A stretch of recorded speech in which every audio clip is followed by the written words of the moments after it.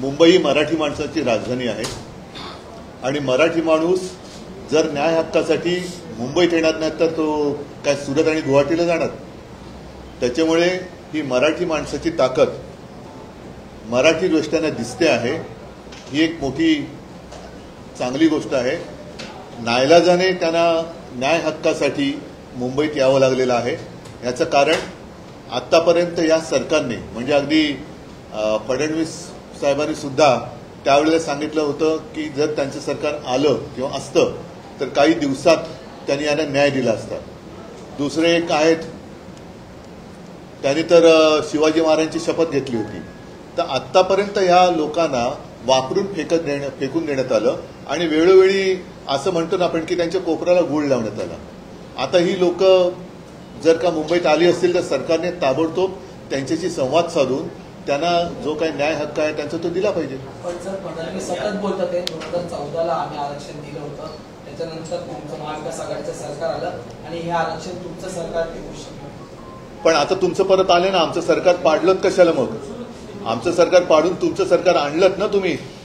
म्हणून मी म्हटलं की मराठी माणूस मुंबईत येणार नाही तर काय सुरत आणि गुवाहाटीला जाणार न्याय हक्क मागण्यासाठी? तो मुंबईतच येणार, कारण मुंबई मराठी माणसाची राजधानी. मराठा समाजाला ओबीसीतून आरक्षण देणे तुम्हाला मान्य आहे का? ऐका, या सगळ्या गोष्टी ज्यांनी आरक्षण देऊ हे शिवाजी महाराजांची शपथ घेऊन सांगितलं होतं.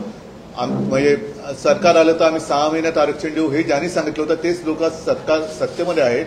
हा प्रश्न तुम्ही त्यांना विचारला पाहिजे, कारण मी जरी काय म्हटलं तरी आज माझ्या हातात काहीच नाहीये. फडणवीस असं म्हणतायत की जरांगेंच्या खांद्यावर बंदूक ठेवून मराठा आरक्षण या विषयाचं राजकारण केलं जातं. कोण आहेत ते बघा ना.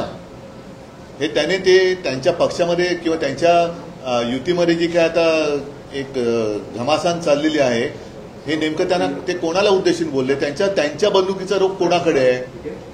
देवेंद्र फडणवीसांच्या. हे पहिलं त्यांना विचारा की कोणी कोणाच्या खांद्यावर बंदूक ठेवले, हे बंदूक ठेवणारे कोण आहेत?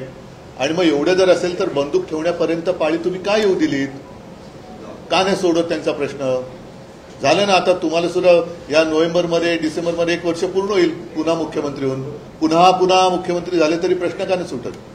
आरक्षण घेण्यासाठी मुंबई सोडण्याचा न सोडण्याचा निर्धार केला जरांगे.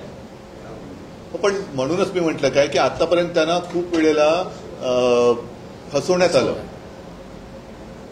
शिवाजी महाराजांची शपथ घेण्यात आली, त्यांना आरक्षण देण्यात आलं, आरक्षण देऊ सांगण्यात आलं, पण प्रश्न कुठे हललेला नाहीये. त्याच्यामुळे ही सरकारची जबाबदारी आहे. सरकारने पुढाकार घ्यायला पाहिजे आणि त्यांच्याशी संवाद साधून काय आहे, काय होऊ शकतं, काय करायला पाहिजे हे त्यांनी सोडवायला पाहिजे प्रश्न. जोपर्यंत आरक्षण भेटत नाही तोपर्यंत मुंबईत जा करा असं पण आवाहन केलं. पण म्हणून मी म्हटलं नाही की सगळी जबाबदारी सरकारची आहे. कारण गणेशोत्सव सुरू आहे, ते काही इकडे मराठी माणसं जी सगळी आलेली आहेत ती काही इकडे दंगल करायला नाही आलेली, न्याय हक्कासाठी आलेली आहेत.